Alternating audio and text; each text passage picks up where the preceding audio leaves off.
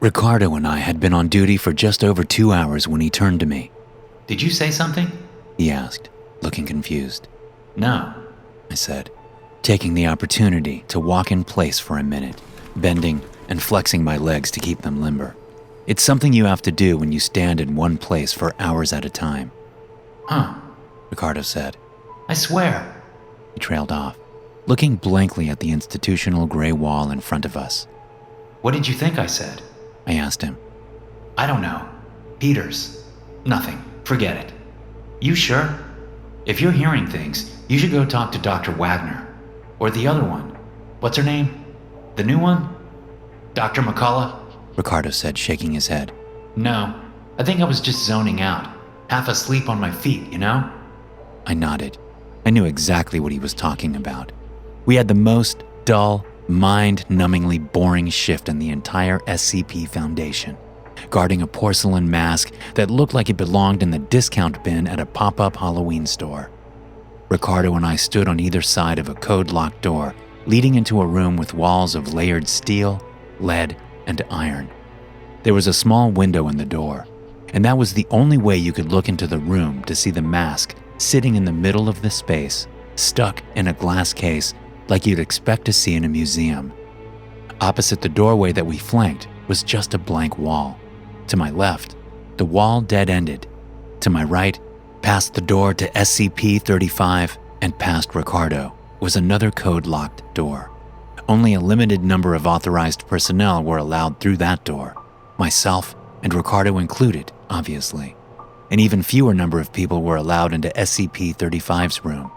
Ricardo and I weren't even allowed in there, unless there was a serious emergency. It was a lot of hoopla for a mask. At least, that's what I thought at the time. Now, I don't think they did enough to guard that evil thing. Just for the heck of it, I turned from Ricardo, who clearly wanted to drop the whole conversation about hearing things, and looked through the window at the mask. It just sat there in its little case, looking like the comedy mask from those old-time plays. Its vacant eye holes seemed to stare at me with false joy, the mouth twisted up in a mocking sneer. I raised my middle finger to the window. Don't ask me why. I guess I was just bored, and tapped Ricardo on the shoulder with my other hand, hoping I'd get a rise out of him. Ricardo turned and looked at me, his face twisted up in surprise, and he slapped my offending hand down from the small window. What are you doing? He whispered, as if the mask could hear us. Whoa, man, relax, I said, stepping back from him. It's just a mask. I looked back through the window, as if to assure myself that it was just a mask, and my breath caught in my throat when my eyes fell on the item. It had turned from the smiling mask of comedy to the pained mask of tragedy, its eyes and mouth making a grimace. Ricardo leaned over and looked in at the mask. Yeah, right, he said. Just a mask. Regular masks don't do that. Plus, if it were just a mask, why would there need to be 2 armed guards posted out front at all times? Sorry, I said, resuming my position and placing my back to the door once again. Just trying to lighten the mood. Gotta pass the time somehow. I tried not to let fear creep into my voice, but I didn't do a very good job. The mask had freaked me out, but I didn't want to admit it. I cleared my throat and put a hand on my holstered Glock 19. I always felt a little better when I did that. We fell silent again, and an hour or so passed before either of us said another word. Yes, okay. Ricardo said out of nowhere. What? I said, turning to him. Yes, what? He gave me a look like I was crazy. What are you talking about? He said. You just said, yes, okay. I heard it as clear as day. Who are you talking to? I didn't say anything, Peters, Ricardo said. Now you're hearing things. Whatever. I mumbled, then pulled up my radio and spoke into it. Hey, Lazard, you got a minute to come spell me? The radio crackled, and then I heard Lazard's voice come through. Yeah, give me a couple of minutes. Sure thing, I said. Lazard was what we called a roamer. He would spell guards in the facility who needed to hit the bathroom or get some coffee. I'd known him for a couple of years. He was a good guy, much livelier than Ricardo, that was for sure. Lazard showed up to spell me a few minutes later. I left, telling him I was going to hit the bathroom and get a drink. Ricardo watched me go, but didn't say anything. He didn't even greet Lazard when he showed up. The truth was, I didn't need to hit the head. I didn't even want a drink. I headed straight for Dr. Wagner's office, which was nearby. He was in charge of SCP-035, after all. The previous psychiatrist in charge of the mask, Dr. Fields, had recently killed himself. So Dr. Wagner, who'd been assisting, got a promotion. At the time, I didn't associate the doc's suicide with the mask. Now I'm sure it was no coincidence. I knocked on the door, which was already open a crack, and stepped in when I heard Wagner's greeting. Hey, Doc, I said, stepping into the small office. Wagner, a slight and pale man, sat behind his desk in the cozy room. He leaned back from his computer keyboard when I came in. What is it, Peters? Everything okay? Well, yes and no, I said. I'm fine. It's Ricardo. He's been acting funny today.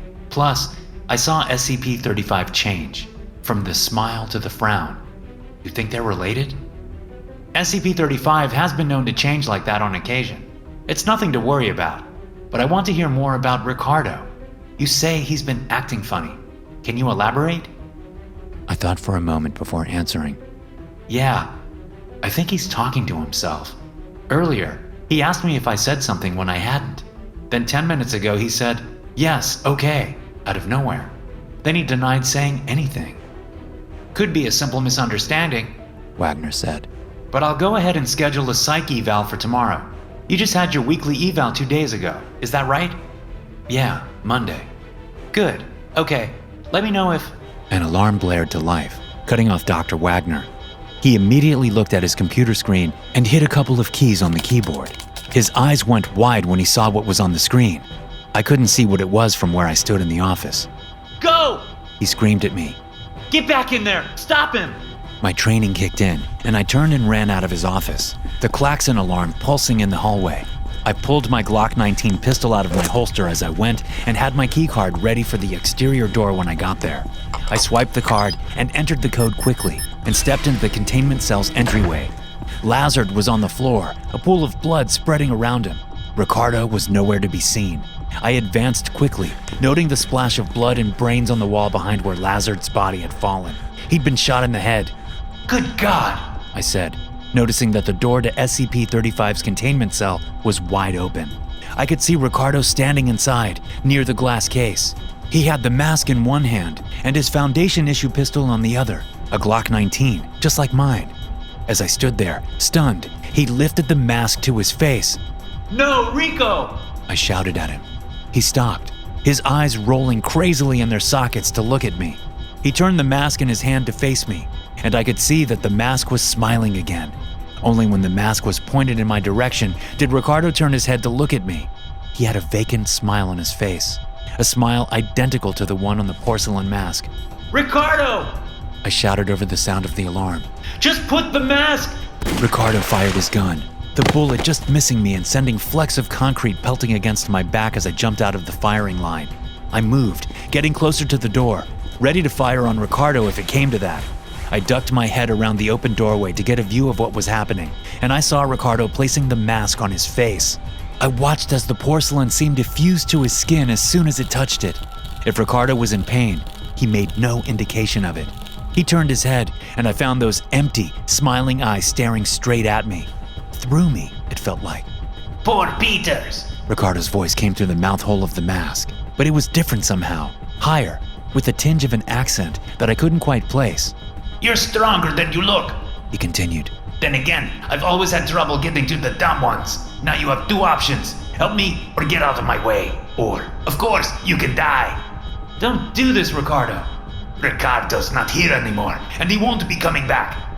He took a shot at me, and I ducked back as the bullet ricocheted off the metal doorway. I took 2 steps back from the doorway and then dropped onto one knee. I was kneeling in Lazard's blood.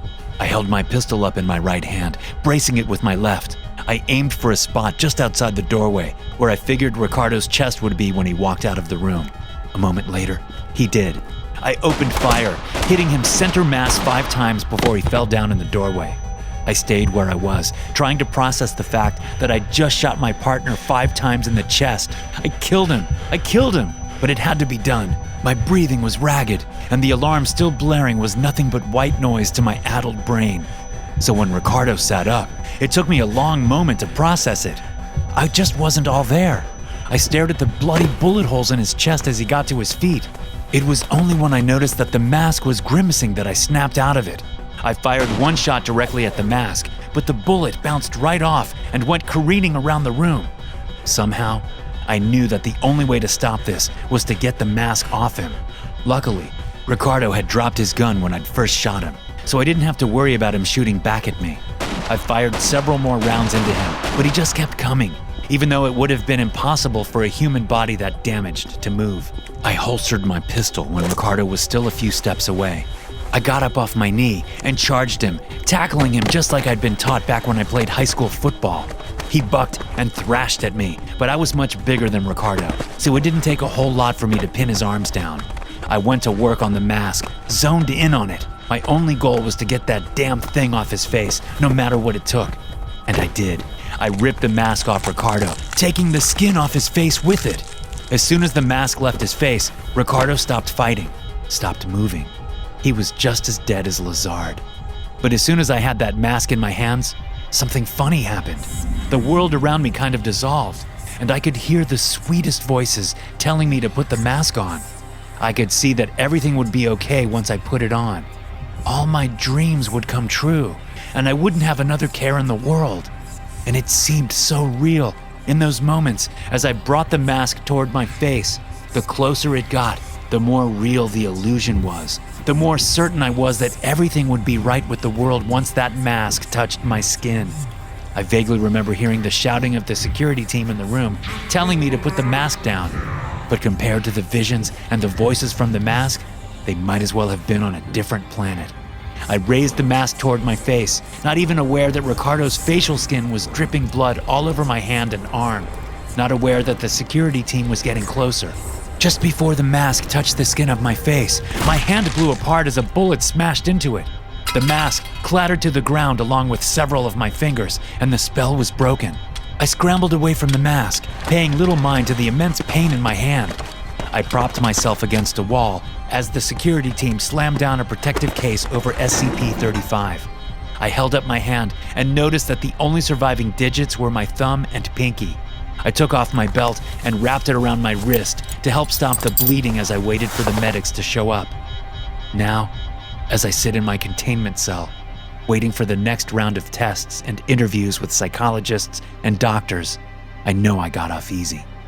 A few measly fingers for the rest of my life? That's a trade I'll make any day. I even thanked the man who shot me. His name's Tillman, and he's a fine security officer and a good man. But sometimes, usually when I'm just about to fall asleep, I can hear the mask calling to me, pleading with me, promising me things if I'll just go back and put it on. And if I'm being honest, it's getting harder and harder to resist. SCP-035 appears to be a white porcelain comedy mask, although, at times, it will change to tragedy.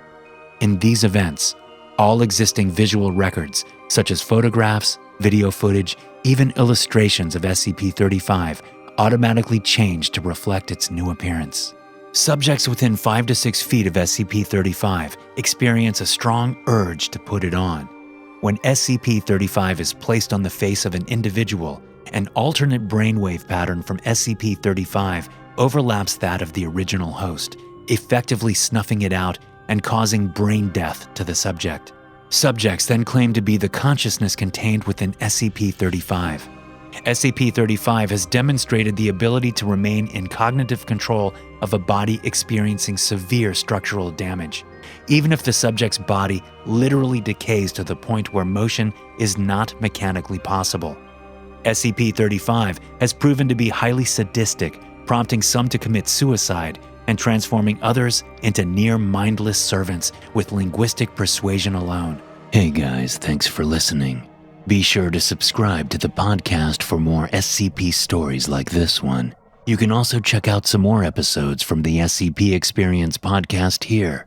I'll see you in the next one.